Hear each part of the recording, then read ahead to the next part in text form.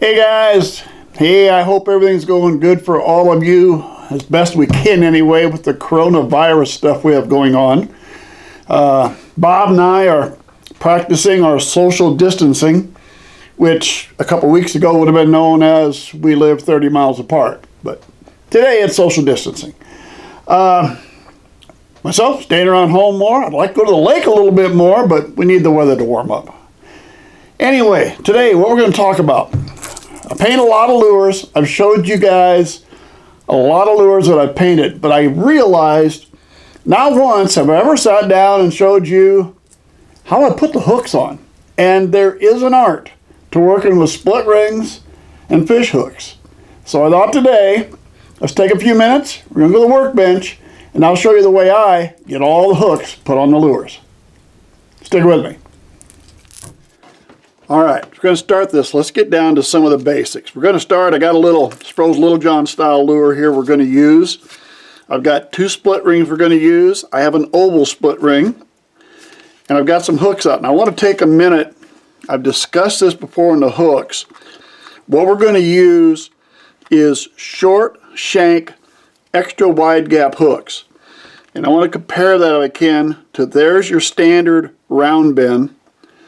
And your short shank, extra wide gap like this, it's got a little better holding power than the normal round bend has. The round bend catch them a little better. The extra wide gap keeps to hold them a little better. So we're going to end up putting the extra wide gaps on this. The ones I'm using, I picked up at Lure Parts online. These are the KVD Mustad extra wide gap hooks. The split rings today, I think these are just some Bass Pro Shop, and if you're wondering, I use a size 2. So we're using a size 2 split ring. I do not have the end on the pack as to what the size is on the oval split ring, but as you can see as I lay them side by side, it's about the same size as the number 2 standard split ring.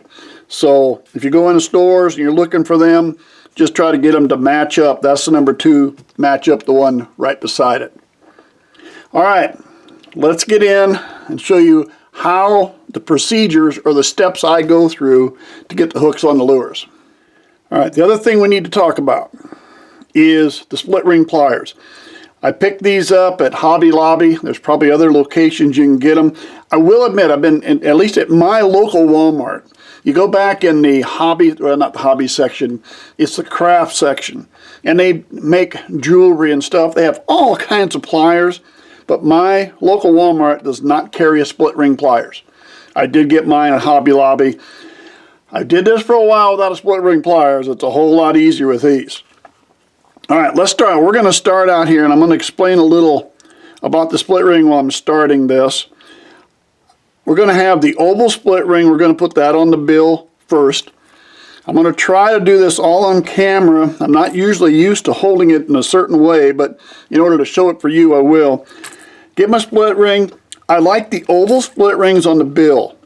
Now, the reason I like the oval split ring is in the middle of the long side is where that split ring meets. When you tie this on, your fishing line is going to be on either end. It's not going to be in the middle. So that way your fishing line will never end up at the weakest part of the oval split ring. So that's why I like the oval ones. The round ones, you could have your line end up at the weak part. It'll never happen on an oval. So that's why I use ovals for the fishing line. Get it on this double side. I hold it in with my finger. And basically, I'm just going to push him down over the nose. I got him started. And from there, we're just going to take a needle nose plier. We're going to pull him one way. Kind of slowly wrap it around here if I get a grip on it. Roll it over. And this one's not as important as the hooks. And there we go. Just the key to that one really is get it started. Just get it started on the edge and then slowly work it around. The more important, Bill, is when we're going to get to the hooks. I always start with the front hook. That way it allows me, this hook sitting out here, and you got a hook hanging here, and now you want to work in the middle, you end up hooking yourself with this hook more than the fish gets hooked. So I always start here. And it's almost the same procedure, gotta pick it up here, as I get my split ring on, and I've got it right here on the edge. This is the end right in front. And you can see I'm holding the split ring in place with that finger to keep it back. And just try to get it up here if I can get it. Sometimes they roll on you. Alright, right there I've got the split ring. It's stuck. I got it stuck right in. What I'm going to do is get a hold of it here and turn it. Alright, now here's where it gets the important part. And I don't know if this will show well or not. I have just a little of the split ring sticking over, and because of the hook holder is holding it open right now. And because it's holding it open, it'll allow an easier spot, let me get a hold of it here without hooking myself, that I can bring my hook up now and stick my hook in there because it's held open. And I've got it on there now, and now all I'm going to do is roll it. One more time.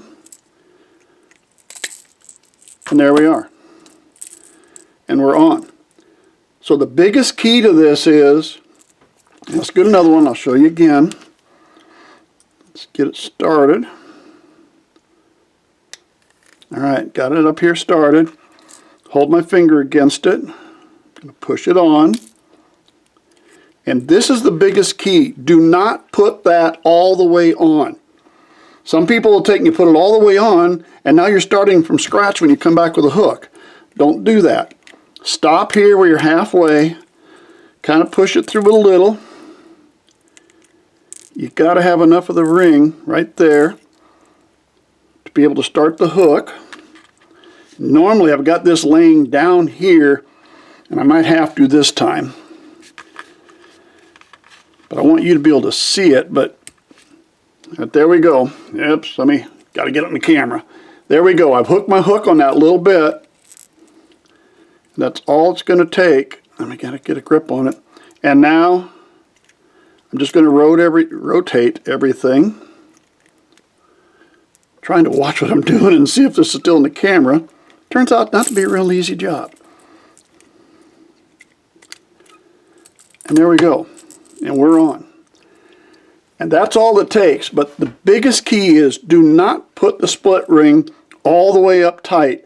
Get it halfway, then hook this hook on, and then you got it made. And it really is that easy. The Spro's Little John style, I'm using a number 6 hook on the Spro's Little John style. Now, if I'm getting up to, here's an S-crank. If I'm getting up to this S-crank, I'm probably going to use a number 4 hook. And I don't even know if I have any of those around here right now by me. But I'll go with the number 4 on this, the number 6, excuse me, on this. Split rings and everything will be the same whether you're putting on a number 4 hook or a number 6 hook. That's it, guys. That's my way of putting hooks on the crankbaits. I hope that helps you out. Thanks for sticking with me. Subscribe to the channel if you would.